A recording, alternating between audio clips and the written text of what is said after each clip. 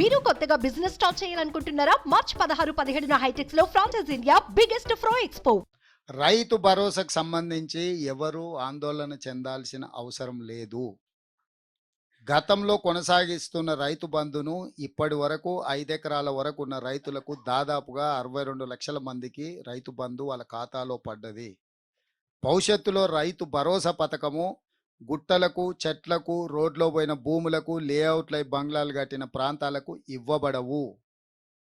అట్లాంటి వాటిని అన్నిటిని కూడా సర్వే చేసి వాటిని తొలగిస్తాము. అందుకే గ్రామాలలో రైతు బంధు అడిగే వాళ్ళను అప్లికేషన్ పెట్టుకోమన్నాము. ప్రభుత్వం ఇచ్చే ఏ సంక్షేమ పథకానికైనా అర్హులు అప్లికేషన్ పెట్టుకోవాలి. అప్లికేషన్ పెట్టుకున్న వాటిని స్క్రూటినీ చేసి వాళ్ళందరికీ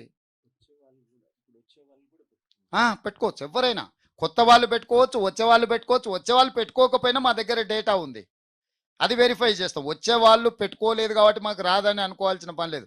ఇప్పుడు ఎవరైతే 68 లక్షల మంది రైతు బంధు లబ్ధిదారులు ఉన్నారో డేటా మొత్తం మా దగ్గర ఉంది. అందులో ఎవరైనా అనర్హులు ఉంటే వాటిని విశ్లేషిస్తాం. అంటే ఆల్రెడీ అమ్మేసుకొని లేఅవుట్లు అయిపోయి కాలనీలు వచ్చిన వాళ్ళు కూడా నాకు తెలిసిన బంధువులు చాలా మంది ఉన్నారు. 30 ఏళ్ల క్రితం అవి లేఅవుట్ అయ్యి అమ్మిపోయిన పెద్ద పెద్ద బంగ్లాలు వచ్చిన అపార్ట్మెంట్స్ కూడా వచ్చినాయి. కానీ ల్యాండ్ యూసేజ్ మారకపోవడం వల్ల, అంటే నాన్ అగ్రికల్చర్ ల్యాండ్ కన్వర్ట్ కాకపోవడం వల్ల అగ్రికల్చర్ ల్యాండ్ కింద వాళ్ళ పేరు మీదనే వస్తుంది. వాళ్ళకి లక్షల రూపాయలు వాళ్ళ ఖాతాలో పడుతున్నాయి. ఈ మధ్యలోనే మీ పేపర్లోనే రాసిండ్రు, నేషనల్ హైవేస్ కింద రోడ్లలో పోతే వాళ్ళకు కూడా రైతు బంధు వస్తానే ఉందని. ఇట్లాంటి నిర్లక్ష్యము, తప్పుడు విధానాలకు రైతు భరోసా పథకంలో పులి స్టాప్ పెడతాము. తప్పకుండా వాళ్ళని పెంచి, అంటే ఈ దుర్వినియోగాన్ని ఆపుతాము. నిజమైన లబ్ధిదారులకు పూర్తి స్థాయిలో అమలు చేస్తాం. సార్, శ్రవణ్ ఫ్రమ్ టీవీ9 అండి. మిగులు రాష్ట్రంగా ఏర్పడిన తెలంగాణ అప్పుల రాష్ట్రంగా మిగిలింది. ఇప్పుడు ఖజానా ఖాళీ అయింది. 1వ తారీఖు ఉద్యోగాలకు జీతాలు ఇస్తున్నామని మనం ప్రత్యేకంగా చెప్పుకోవాల్సిన పరిస్థితి ఏర్పడింది. ఈ టైంలో మీరు 3 నెలల 30,000 ఉద్యోగాలు భర్తీ చేశారు. ఇంకా చాలా ఉద్యోగాలు ఉన్నాయి. సంపద సృష్టించడానికి ఇప్పుడున్న ప్రభుత్వం తీసుకుంటున్న నిర్ణయాలంటే ఎలా సంపద సృష్టించగలుగుతున్నారు? ఇప్పుడు దుబారా తగ్గించడం పెద్ద సంపద సృష్టించినట్టు. అవసరం లేని ఆర్భాటాలకు మింగడానికి మెతుకు లేకపోయినా వెనకడికి కూడా మీసాలకు సంపెంగ నూనె కొనుక్కొచ్చుకున్నాడంట. సో మేము ప్రాధాన్యతలను క్రోడీకరిస్తున్నాం, దుర్వినియోగాన్ని ఆపుతున్నాం. ఇంకా స్పష్టంగా చెప్పాలంటే కేంద్ర రాష్ట్ర ప్రభుత్వాల మధ్యలో మ్యాచింగ్ గ్రాంట్, అంటే గవర్నమెంట్ ఆఫ్ ఇండియా కొన్ని స్కీమ్లు ఇస్తుంది.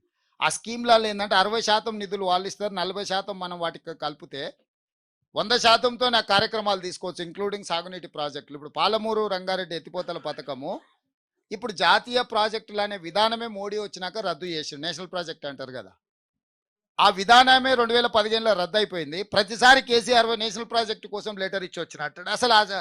అసలు హెచ్ఎస్సి అని మా ఫాదర్ చదువుకునేటప్పుడు హెచ్ఎస్సి ఉండే, తర్వాత అది మార్చి ఎస్ఎస్సి అని వచ్చింది. ప్రతిసారి పోయి నేను హెచ్ఎస్సికి ఫీజు కట్టి వస్తాను, నేను పరీక్ష రాస్తా అంటే అది విధానమే లేదు. పరీక్షకి వెళ్ళి రాస్తావు.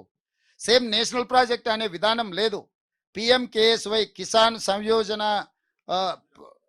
యోజన అని కొత్త పథకం వచ్చింది. దాంట్లో ఏ ప్రాజెక్ట్ అయినా ప్రాపర్ ఫార్మేట్లో అప్లికేషన్ పెట్టుకుంటే 60% కేంద్ర ప్రభుత్వం నిధులు ఇస్తే 40% రాష్ట్ర ప్రభుత్వం ఇవ్వాలి. పాలమూరు రంగారెడ్డి ఆ ఫార్మేట్లో అప్లై చేసుకొని ఎన్నిసార్లు ముఖ్యమంత్రి వచ్చినా నేను చెప్తే వినలేదు. ఆయన ఇదే మాట్లాడతాడు ఎంతసేపు నాని. షెకావత్ గారు చెప్తే మేము ఇమ్మీడియట్గా రాగానే మా ఉత్తమ్ కుమార్ రెడ్డి గారు ఆ ఫార్మేట్ మార్చి కొత్తది అప్లై చేసుకున్నాం. ఇప్పటికి 30,000 కోట్లు ఖర్చు పెట్టారు పాలమూరు రంగారెడ్డిలా. 60% వస్తే 18,000 కోట్లు కేంద్ర ప్రభుత్వం నుంచి వచ్చేటివి. అప్పులు చేయాల్సిన బాధ తప్పుతుంది. సుమన్ టీవీలో మీ పర్సనల్ అండ్ బిజినెస్ ప్రమోషన్స్ కోసం కింది నెంబర్కి కాంటాక్ట్ చేయండి.